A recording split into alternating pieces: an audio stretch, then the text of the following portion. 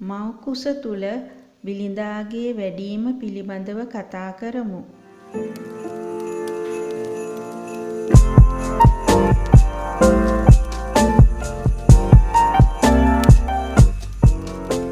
බොහොමයක් කාන්තාවන්ගේ ඔසප් චක්‍රයේ දිග දින 28කි. ගර්භණී අවධියේ කාලය ගණනය කරනු ලබන්නේ කාන්තාවකගේ අවසාන ඔසප් වීමේ පළමු දිනයේ සිටය. කාන්තාවකගේ ගර්භණී සමයේ දිග සාමාන්‍යයෙන් දින 280කි. එනම් සති 40කි. ඔසප් වීම ආරම්භ වූ දිනය පළවන දිනය ලෙස ගතහොත් ආසන්න වශයෙන් 14 වන දිනයේදී පමණ ඩිම්බ මෝචනය සිදුවේ. එනම් කාන්තාවගේ ඩිම්බකෝෂ දෙකෙන් එකක් ඩිම්බයක් නිකුත් කරයි.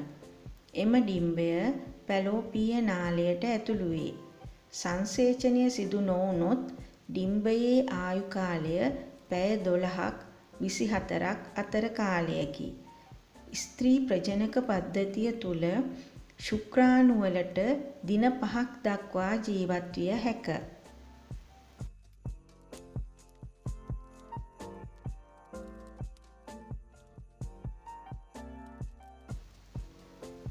ලිංගික සංසර්ගයකදී ශුක්‍රාණු මිලියන 100ක් පමණ යෝනි මාර්ගයට මුදා හරිනු ලැබේ. යෝනි මාර්ගයට ඇතුළු වන ශුක්‍රාණු ගර්භාෂය හරහා පැලෝපීය නාල වෙත ගමන් කරයි. ඔවුන්ගෙන් ගර්භාෂයට ඇතුළු වන්නේ දසදහස් ගණනක් පමණි. ඒ අතරින් ගර්භාෂය පසුකොට පැලෝපීය නාලය තුළට පිවිසෙන්නේ සිය ගණනක් පමණකි. මෙම දුෂ්කර ගමනට පැය 2ත් 7ත් අතර කාලයක් ගත වේ. ඩිම්බය වෙත ළඟා වෙන ශුක්‍රාණු සෝනා පෙලුසිඩා හෙවත් ඩිම්බය වටා ඇති ඝන පිටත ආවරණය සමග බැඳේ.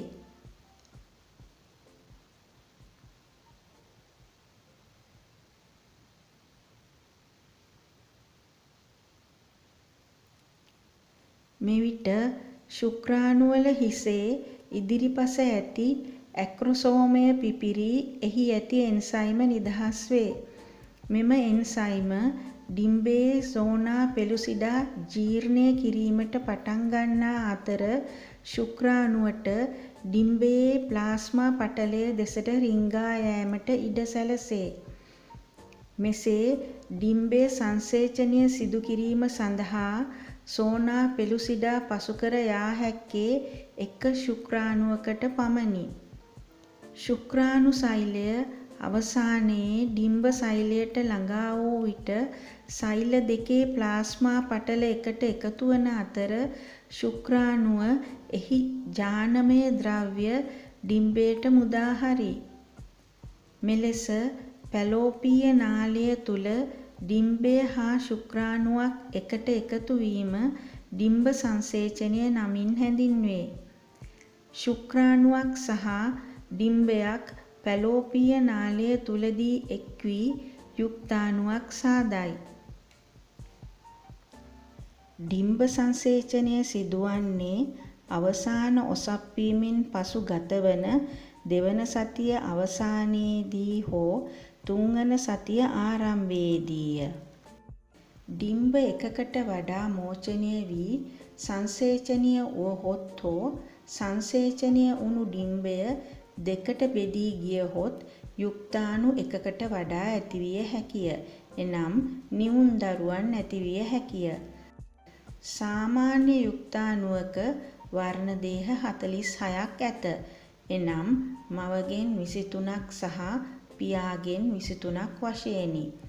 මෙම වර්ණ දේහ මගින් ඔබේ දරුවාගේ ලිංගය සහ ශාරීරික ගති ලක්ෂණ තීරණය වේ. තුන්වන සතිය ඩිම්බ සංසේචනය සිදුවේ. සංසේචනය වූ විගසම යුක්තාණුව පැලෝපීය නාලයෙන් ගර්භාෂය දෙසට ගමන් කිරීම ආරම්භයි. ඒ සමගම වේගයෙන් සෛලවලට බෙදෙමින් එය මොරියුලාව නමින් හැඳින්වෙන සෛල පොකුරක් බවට පත්වේ. ගර්භාෂයට ඇතුළු වන මොරියුලාව දින 5ක පමණ කාලයක් ගර්භාෂ කුහරය තුල පාවෙමින් පවතී.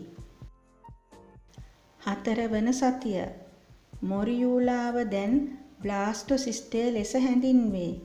බ්ලාස්ටොසිස්ටයේ අභ්‍යන්තර සෛල ස්තරය කලලය බවට පත්වේ. වැදෑම හා සෑදෙන්නේ බ්ලාස්ටොසිස්ටයේ පිටත සෛල තට්ටුවෙන්ය. මෙම සතියේ බ්ලාස්ටොසිස්ටය ගර්භාෂ බිත්තියේ අභ්‍යන්තර ස්තරය වන එන්ඩොමෙට්‍රියම තුළට කිඳා බැසීමට පටන් ගනී. මෙම ක්‍රියාවලිය අධිරෝපණය ඉම්ප්ලාන්ටේෂන් ලෙස හැඳින්වේ. 5 වන සතිය බ්ලාස්ටොසිස්ටය නිපදවන HCG හෝමෝනයේ මට්ටම ඉක්මනින් වැඩි වේ. ඔබේ ඔසප්පීම නතර වන අතර එය බොහෝ විට ගර්භණීභාවයේ පළමු සංඥාව වේ. කලලය දැන් ස්තර 3කින් සෑදී ඇත. බාහිර ස්තරයෙන් බිලිඳාගේ අපිචර්මය, ස්නායු පද්ධති, ඇස් සහ අභ්‍යන්තර කන් ඇතිවේ. මැද සෛල ස්තරයෙන් බිලිඳාගේ හදවත සහ සංසරණ පද්ධතිය, අස්ථි සහ මාංශ පේශී පද්ධති, වකුගඩු සහ ප්‍රජනක පද්ධති සෑදෙනු ඇත. අභ්‍යන්තර සෛල ස්තරය මගින් ඔබේ දරුවාගේ පෙනහළු සහ බඩවැල් වර්ධනය වේ. 6 වන සතිය කලලය වේගයෙන් වර්ධනය වේ.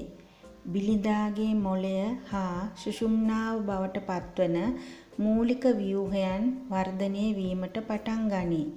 හදවත සහ සංසරණ පද්ධතිය සෑදීමට පටන්ගෙන ඇති අතර කුඩා හදවත ස්පන්දනය වීමට පටන් ගනී. ඇස් සහ කන් ඇතිවීමට මූලික වන ව්‍යූහයන් වර්ධනය වේ. කුඩා අංකුර දෙකක් සෑදෙන අතර ඒවා පසුව කුඩා දෙයක් බවට පත්වේ. ඔබේ බිලිඳාගේ ශරීරය C අකුර හැඩැති අර්ධ චක්‍රයක පෙනුම ගනී. 7 වන සතිය බිලිඳාගේ හිස වර්ධනය වේ. මොළය සහ මුහුණ වර්ධනය වේ. නාස්පුඩු බවට පත්වන අවපාත හටගන්නා අතර ඇස්වල දෘෂ්ටි විතානයන් හට ගැනීම ආරම්භේ. පසුව පාද බවට පත්වන පා අංකුර හටගන්නා අතර පසුගිය සතියේ හටගත් අත් අංකුර තව දුරටත් වර්ධනය වේ. 8 වන සතිය බිලිඳාගේ නාසය සෑදේ. පාද තව දුරටත් වර්ධනය වේ. අත්වල ඇඟිලි සෑදීමට පටන්ගෙන තිබේ. බිලිඳාගේ කන්වල හැඩය යන්තමට මතුවීමට පටන් ගන්නා අතර ඇස් පැහැදිලිව හඳුනාගත හැක. උඩුතොල මතුවී ඇත. කඳ සහ බෙල්ල කෙලින් වීමට පටන් ගනී. මෙම සතිය අවසන් වන විට ඔබේ බිලිඳාගේ හිස මුදුනේ සිට තට්ටම් දක්වා දිග අඟල් භාගයක් එනම් මිලිමීටර් 11ත් 14ත් අතර අගයක් විය හැක. 9 වන සතිය ඔබේ බිලිඳාගේ පා ඇඟිලි දිස්වීමට පටන් ගනී. දෙයත් තව දුරටත් වැඩේ. වැලමිටි දිස්වීමට පටන් ගනී. ඇසිපිය වර්ධනය වී ඇත. බිලිඳාගේ හිස සාපේක්ෂව විශාලය. නිකටයේ හැඩය යාන්තමට සකස් වීමට පටන්ගෙන ඇත. මෙම සතිය අවසන් වන විට ඔබේ බිලිඳාගේ දිග අඟලෙන් 4න් 3ක් එනම් මිලිමීටර් 16ක් 18ක් විය හැකිය. 10 වන සතිය දැන් ඔබේ බිලිඳාට අත් වැලමිටි වලින් නැමීමට හැකි. හිස වඩා වටකුරු වී ඇත. අත්පාවල ඇඟිලි අතර තිබුණු පටලය නැති වී ඇඟිලි එකිනෙකින් වෙන් වී දිගු වේ. ඇසිපිය සහ බාහිර කන් තවදුරටත් වර්ධනය වේ. දැන් පෙකණි වැල පැහැදිලිව පෙනේ. 11 වන සතිය. ඔබේ බිලිඳා දැන් භ්‍රූණයක් ලෙස නිල වශයෙන් හැඳින්විය හැකියි. බිලිඳාගේ හිස තවමත් සිරුරේ දිගෙන් අඩක් පමණ වේ. මේ සතිය වන විට බිලිඳාගේ මුහුණ පුළුල්ය. ඇස් මුහුණේ දෙපැත්තට පිහිටා ඇත. ඇසිපිය තවමත් වෙන් වී නැත. කන්වල පිහිටීම සාපේක්ෂව පහතය. අනාගත දත් සඳහා අංකුර දිස්වේ. අක්මාව තුල රතු රුධිර සෛල සෑදීමට පටන්ගෙන තිබේ. 11 වන සතිය අවසන් වන විට බිලිඳාගේ බාහිර ලිංගික අවයවයන් ශිශ්නය හෝ පගමනිය සහ යෝනියේ පිටත ඇති ස්තොල් සඟල බවට පත් වී වර්ධනය වීමට පටන් ගනී. මේ වන විට ඔබේ බිලිඳා දිගින් අඟල් 2ක් එනම් මිලිමීටර් 50ක් සහ බරින් අවුන්ස 3න් 1ක් එනම් ග්‍රෑම් 8ක් පමණ වේ. 12 වන සතිය. ඔබේ බිලිඳාගේ නියපොතු සෑදීම පටන්ගෙන ඇත. මුහුණේ පෙනුම දැන් වඩාත් දියුණු වී ඇත. උදරයේ මේ වන විට බඩවැල් පිහිටා ඇත. 12 වන සතිය වන විට ඔබේ බිලිඳා දිගින් අඟල් 2.5ක් එනම් මිලිමීටර් 61ක් පමණ විය හැකිය.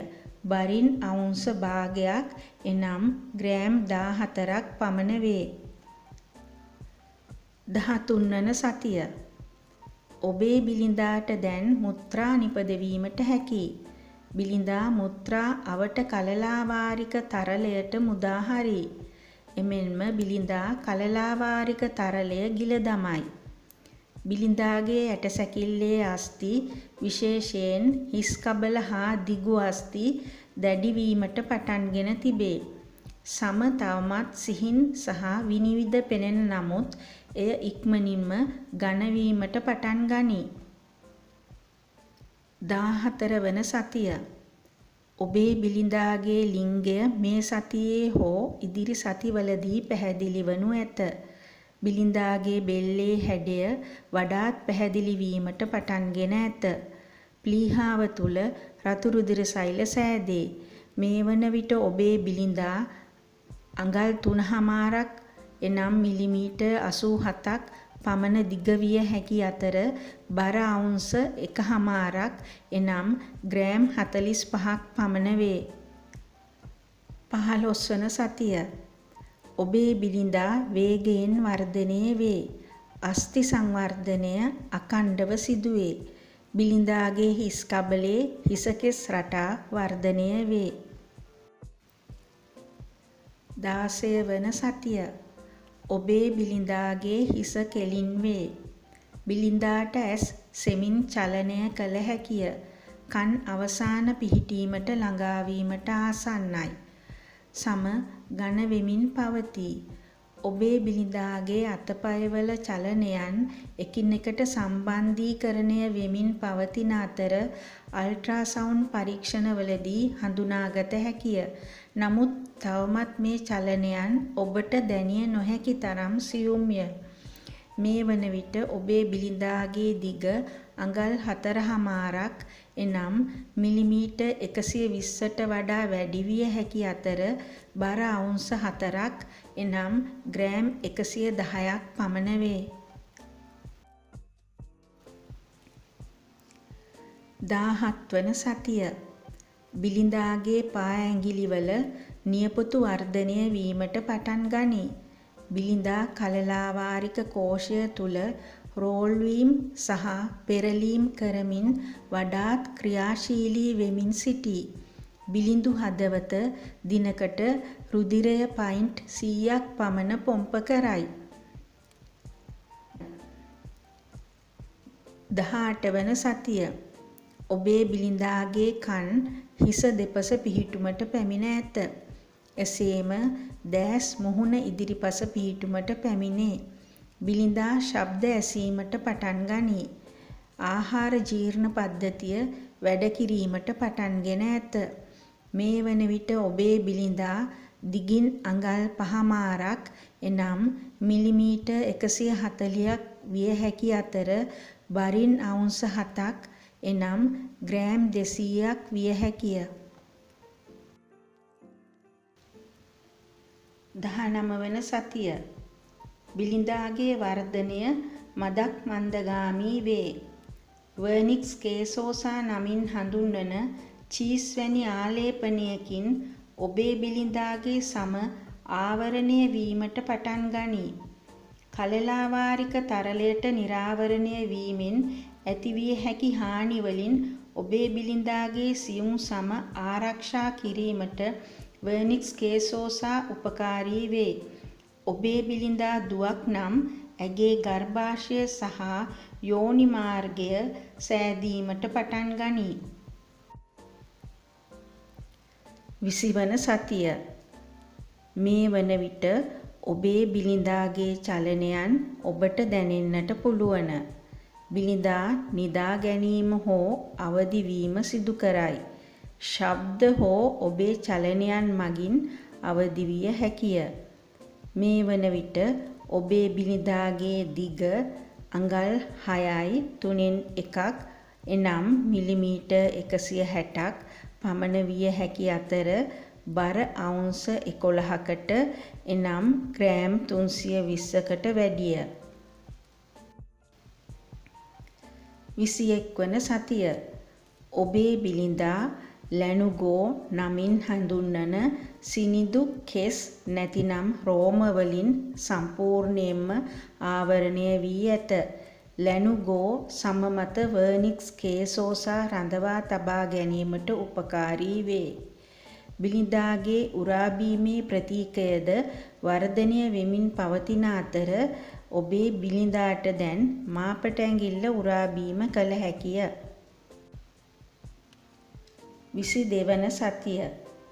බිලිඳාගේ ඇහි බැමි සහ හිසකෙස් දෘශ්‍යමාන වේ.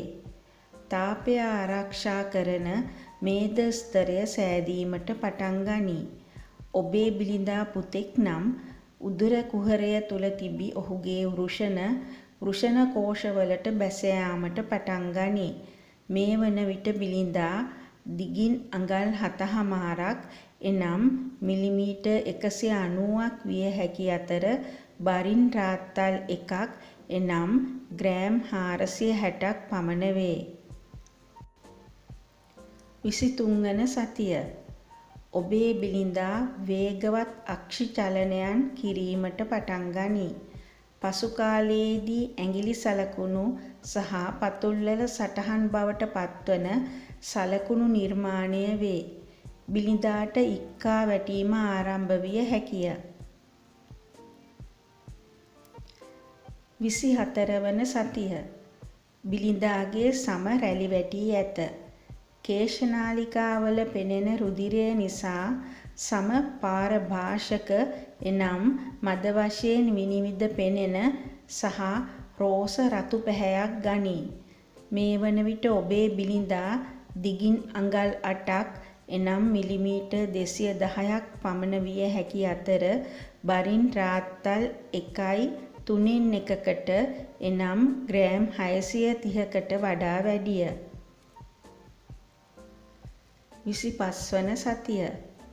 ඔබේ බිලිඳාට ඔබේ කටහඬ වැනි හුරු පුරුදු ශබ්දවලට චලනයන් මගින් ප්‍රතිචාර දැක්විය හැකිය. බිලිඳා නින්දේ වැඩි කාලයක් ගත කරන්නේ වේගවත් අක්ෂි චලනයන් කරමිනි. එනම් ඇසිපිය වසා තිබියදීත් ඇස් වේගයෙන් චලනය වේ. 26 වන සතිය. බිලිඳාගේ පෙනහළු සර්ෆැක්ටන් නිපදවීමට පටන්ගෙන ඇත.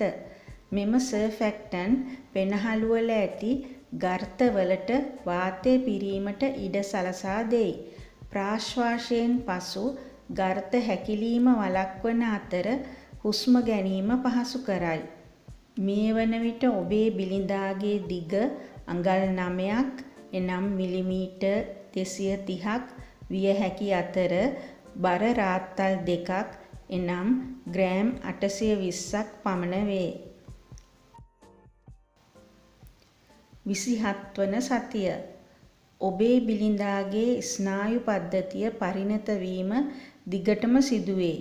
බිලිඳාගේ සිරුරේ මේදය තැන්පත් වීම වැඩිවන අතර එමගින් සමට වඩාත් සිනිඳු පෙනුමක් ලබා දේ. 28 වන සතිය.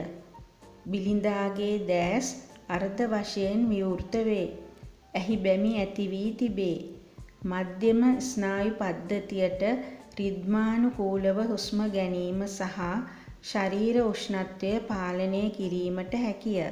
මේ වන විට ඔබේ බිලිඳා අඟල් 10ක් එනම් මිලිමීටර් 250ක් පමණ දිග විය හැකි අතර බරින් රාත්තල් 2.4න් එකක් එනම් ග්‍රෑම් 1000ක් පමණ වේ. 29 වන සතිය. ඔබේ බිලිඳාට පයින් ගැසීමට, සිරුර දිග ඇදීමට සහ මිටමොලවා යමක් ග්‍රහණය කර ගැනීමට හැකිය. 30 වන සතිය. ඔබේ බිලිඳාගේ හිස කෙස් වැඩී ඇත. බිලිඳාට දැස් පුළුල්ව විවර කළ හැකිය. ඇට මිදුළු තුල රතු රුධිර සෛල සෑදී ඇත. මේ වන විට ඔබේ බිලිඳා දිගින් අඟල් 10 මාරක් එනම් මිලිමීටර් 270කට වඩා වැඩි විය හැකි අතර බරින් රාත්තල් 3ක් එනම් ග්‍රෑම් 1300ක් පමණ වේ. 31 වන සතිය. ඔබේ බිලිඳා වර්ධනයේ ප්‍රධාන පියවර බොහෝමයක් පාහේ අවසන් කර ඇත. දැන් ඉක්මනින් බර වැඩිවීමට කාලයයි. බිලිඳාගේ වේගවත් බර වැඩිවීම ආරම්භ වේ.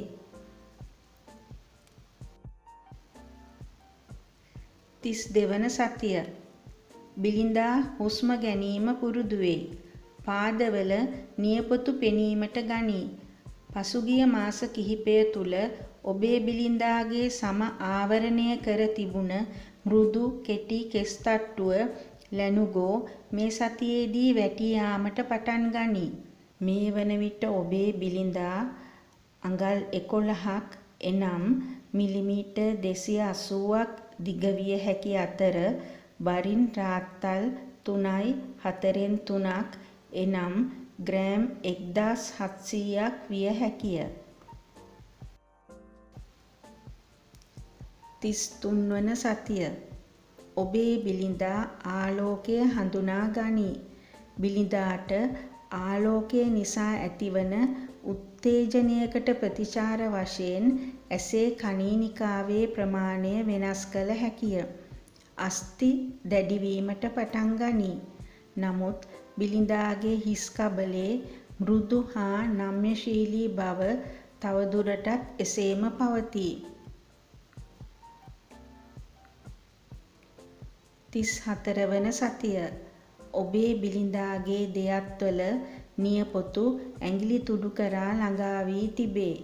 මේ වන විට ඔබේ බිලිඳා අඟල් 12ක් එනම් මිලිමීටර් 300ක් පමණ දිග විය හැකි අතර බරින් රාත්තල් 4.5ක් එනම් ග්‍රෑම් 2100කට වඩා වැඩිය.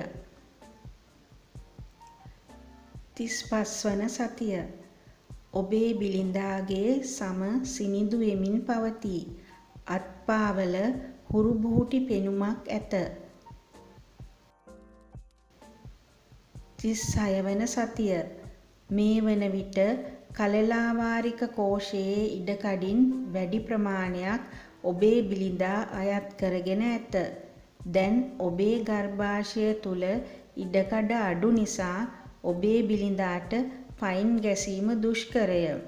නමුත් ඔබට තවමත් බිලිඳාගේ දිග ඇදීම, කැරකීම සහ පෙරලීම දැනෙනු ඇත. 37 වන සතිය. මේ වන විට ඔබේ බිලිඳාට අතින් යමක් තදින් ග්‍රහණය කරගත හැකිය. උපත සඳහා සූදානම් වීම සඳහා ඔබේ බිරිඳාගේ හිස ඔබේ ශ්‍රෝණිය තුලට බැසීමට පටන් ගනී. ඔබේ බිරිඳා හිස පහතට යොමු කරගෙන නැතිනම් ඔබේ වෛද්‍යවරු ඒ පිළිබඳව කටයුතු කළ හැකි ක්‍රම ගැන ඔබ සමග සාකච්ඡා කරනු ඇත. 38 වන සතිය. මේ වන විට ඔබේ බිරිඳාගේ හිසේ සහ උදරයේ වට ප්‍රමාණය බොහෝ විට සමාන වේ. ඔබේ බිරිඳාගේ පාදවල නියපොතු ඇඟිලි තුඩු වලට ළඟා වී ඇත. බිරිඳාගේ සිරුරේ තිබුණු ලැනූගෝ නමින් හඳුන්වන සිනිඳු කෙස් බොහෝ දුරට හැලී ගොස් ඇත. මේ වන විට බිරිඳාගේ බර රාත්තල් 6.5ක් එනම් ග්‍රෑම් 2900ක් විය හැකිය. 39 වන සතිය. ඔබේ බිරිඳාගේ පපුව වඩාත් කැපී පෙනේ. ඔබේ බිරිඳා පුතෙක් නම් ඔහුගේ වෘෂණ කෝෂවලට බැස යාම තව දුරටත් සිදුවෙමින් පවතී. උපතින් පසු උණුසුම පවත්වා ගැනීම සඳහා ඔබේ බිරිඳාගේ සිරුරේ මේද ස්තරය වර්ධනය වේ. 40 වන සතිය. ගර්භණී අවධිය පූර්ණය වේ. බොහෝ විට දරු ප්‍රසූතිය සිදුවන්නේ මෙම සතිය තුලය. ඔබේ බිරිඳා දිගින් අඟල් 14ක් එනම් මිලිමීටර් 360ක් පමණ විය හැකි අතර බරින් රාත්තල් 7.5ක් එනම් ග්‍රෑම් 3400ක් පමණ වේ. නමුත් සමහර නිරෝගී බිරිඳුන්ගේ බර හා දිග ඉහත අගයන්ට වඩා වෙනස් විය හැකිය.